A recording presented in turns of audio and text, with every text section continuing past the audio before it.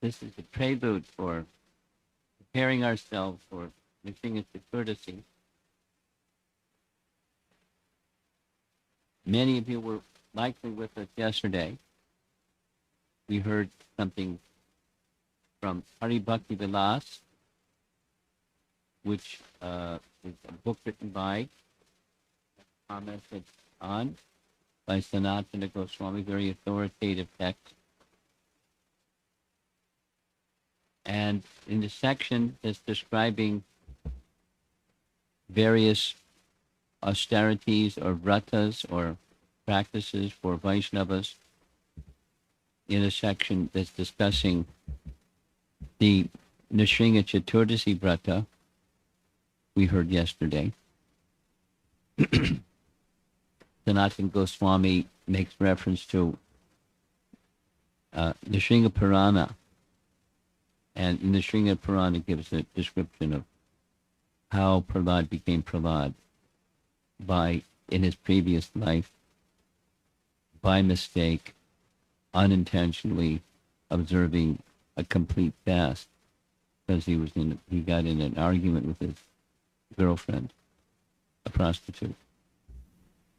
So she fasted all night, he fasted all night on Nrsimha Chaturdashi.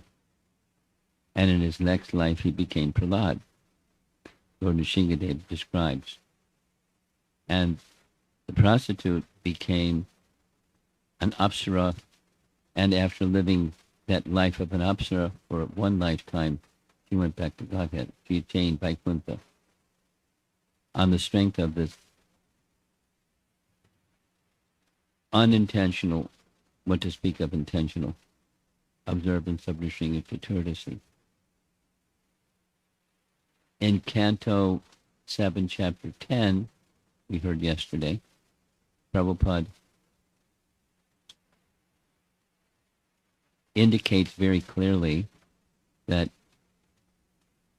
Prahlada Maharaja is an eternal perfect soul, Nitya Siddha, Mahabhagavata devotee, that was requested or instructed or sent by the personality of Godhead from Vaikuntha realm to appear in this realm and teach the way of pure devotional service.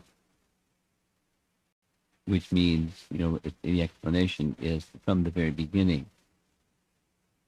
And I'm emphasizing this very beginning verse of chapter 6 because it's such an important verse. Just this morning,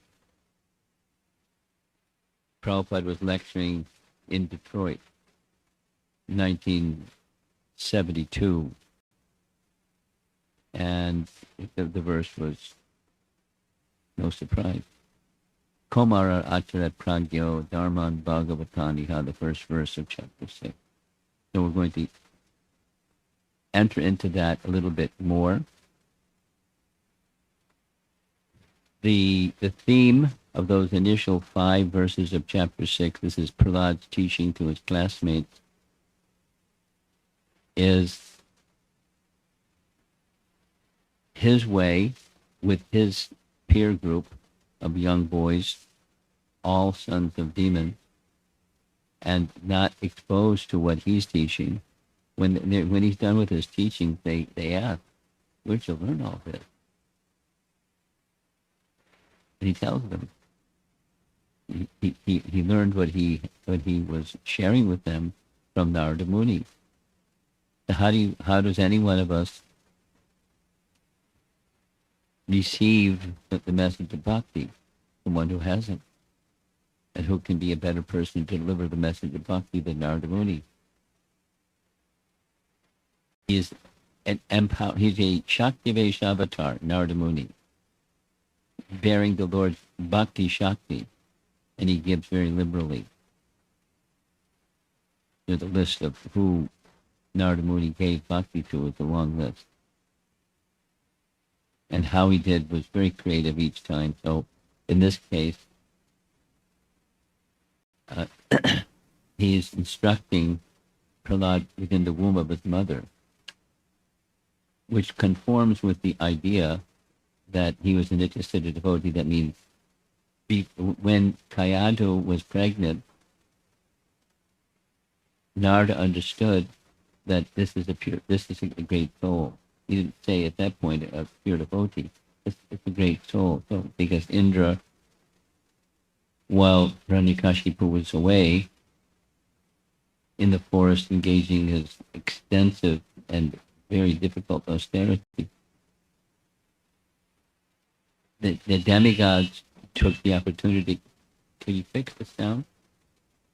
The demigods took the opportunity to regain their lost heavenly kingdom by defeating the demon.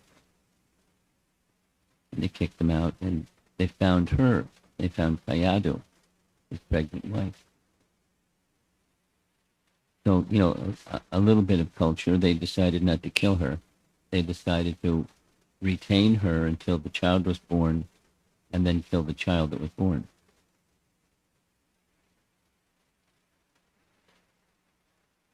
Murderers. Anyway, Narada Muni came at the right time, in the right moment, the right place, and said the right thing. No, don't do this. So Narada understood what the 7th canto, chapter 10 says. He's interested a devotee sent by the personality of Godhead to deliver the world. And so he did. By receiving from Narada, he then passed on to his classmates. And so, one more time, the first 5 verses are describing the necessity. There are different parts of those first 5 verses, but the necessity of taking very seriously the opportunity that the human form of life provides to achieve spiritual perfection. Not just, be a nice person living in the world and don't harm anybody and be a non-violent, good citizen. Far more than that. That's nice, but far more than nice is transcendental. So devotees are also nice. Should be. And then the characteristics of those in the mode of goodness are characteristics of, they become the decorations of a Vaishnava. Yasyasti bhaktir bhagavati kinchana vairganes tatra samasute sura. The qualities of the suras, the demigod, are decorations.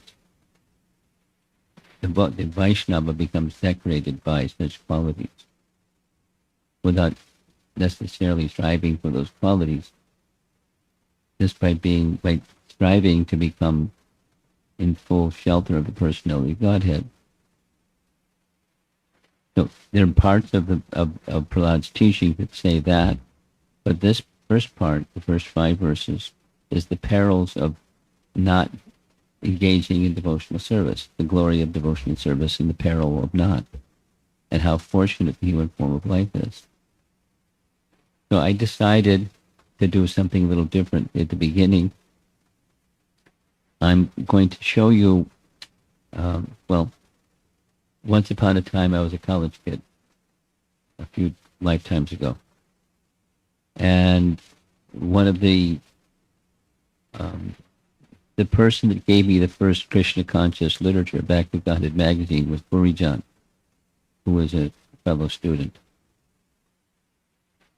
And much later, Prabhupada made an arrangement for him to become married. And his wife was Jagatarini. And there she is, a little bit older than when they were first married. And after some time, they both found their natural place in Vrindavan. And when she reached Vrindavan, I'm going to share something that she does because it relates exactly to these first 5 verses of chapter 6. She's an artist, she's an actress, she's a creative person, and she's a Vaishnavi. She's a lover of Vrindavan. So when she reached Vrindavan, she began to intuitively assimilate. I want to become part of Vrindavan. I want just to live here. I want to be part of Vrindavan. And the trees of Vrindavan are so important for the life in Vrindavan. So she began a little project, and she's been doing it ever since, so many years later. She takes leaves, and once they dry, she, in her own hand, she writes messages that are from the Bhagavatam, that are lessons that she feels that she has learned from Vrindavan, over the trees of Vrindavan. And she's developed like that. She's still doing it. And here's one of those leaves. The subtext here. Amidst the turmoils of life, I found a leaf that reminded me of our purpose or our process. These are her words. Then she wrote in her handwriting on the leaf, one can give up all material attachment when one is able to see the param, or the superior quality of things. So this is a verse from chapter 18 of Canto 1.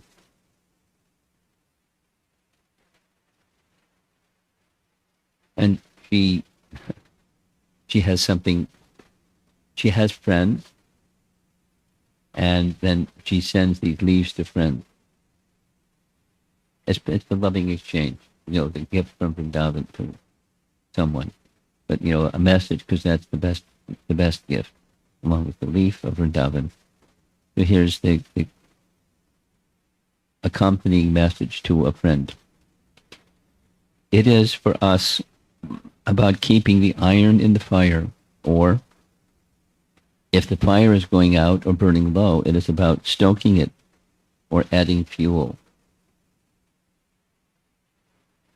There is another plane of existence where we belong, that we are trying for.